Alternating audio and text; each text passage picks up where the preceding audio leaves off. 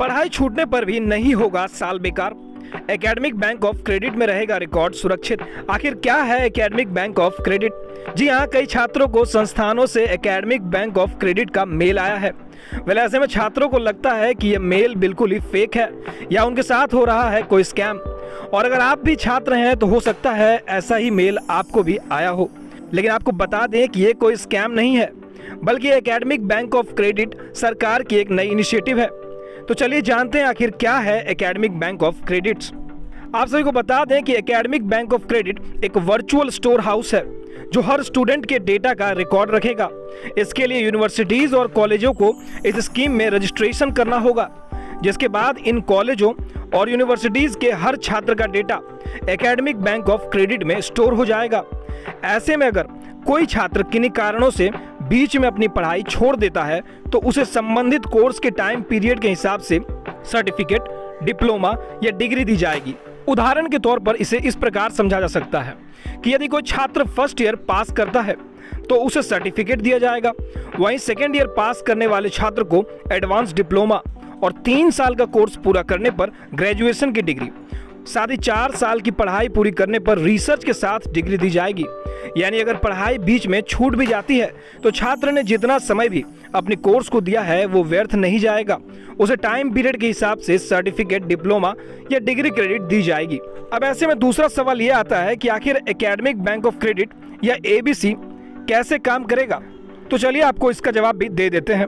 Academic bank of credit या ABC एक commercial bank की तरह काम करेगा और छात्र इसके ग्राहक होंगे।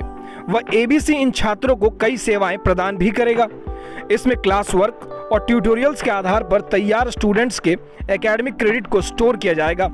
इसे नेशनल एकेडमिक डिपॉजिटरी की तर्ज पर तैयार किया गया है। छात्रों को एकेडमिक बैंक खाता खोलना होगा और प्रत्येक अकाउंट होल्डर को एक यूनिक आईडी और स्टैंडर्ड ऑपरेटिंग प्रोसीजर अर्थात एसओपी प्रदान की जाएगी। छात्रों के एकेडमिक अकाउंट में हायर एजुकेशन इंस्टीट्यूट द्वारा छात्रों को उनके द्वारा किए जा रहे कोर्सेज के लिए क्रेडिट दिया जाएगा। हालांकि एबीसी छात्रों से सीधे किसी भी क्रेडिट कोर्स डॉक्यूमेंट्स को स्वीकार नहीं करेगा। इंस्टीट्यूट को ही छात्रों के अकाउंट में क्रेडिट कोर्स डॉक्यूमेंट्स को जमा कराना होगा। और शायद यही वजह है कि आपके संस्थान आपको ऐसे मेल भेज रहे हैं एकेडमिक बैंक ऑफ क्रेडिट्स को लेकर। साथ ही आपको बता दें कि नई शिक्षा नीति को फ्लेक्सिबल बनाने के लिए एबीसी स्कीम लाई गई है। इस स्कीम में स्टूडेंट्स अपने हिसाब से पढ़ाई पूरी कर सकेंगे। इतना ही नहीं, यदि एकेडमिक बैंक ऑफ क्रेडिट के अकाउंट में स्टूडेंट्स के पुराने रिकॉर्ड जमा हैं तो वह पढ़ाई छोड़ने के बाद कभी भी इसे दोबारा शुरू कर सकता है। यानी स्कीम के आने से छात्रों के पास कॉलेज में मल्टीपल एंट्री और एग्जिट का भी ऑप्शन होगा। खास बात यह है कि स्टूडेंट्स अपनी डिग्री अपने मुताबिक डिजाइन कर सकेंगे। 1 साल किसी कॉलेज में पढ़ने के बाद छात्र अगले साल किसी दूसरे कॉलेज में जा सकते हैं। वहीं आपको बता दें कि 7 साल के लिए ही मान्य होगा क्रेडिट। जी हाँ, एकेडमिक बैंक ऑफ क्रेडिट की अधिकतम सेल्फ लाइफ सिर्फ 7 वर्ष है। इसके बाद इसका कोई फायदा नहीं मिलेगा। हालांकि यदि इंस्टीट्यूशन में अलग नियम है तो छात्रों को उसका बेनिफिट अवश्य मिल सकता है। तो उम्मीद है आपको अब समझ में आ चुका होगा कि एकेडमिक बैंक ऑफ क्रेडिट्स काफी काम की चीज है, ना कि कोई स्कैम है।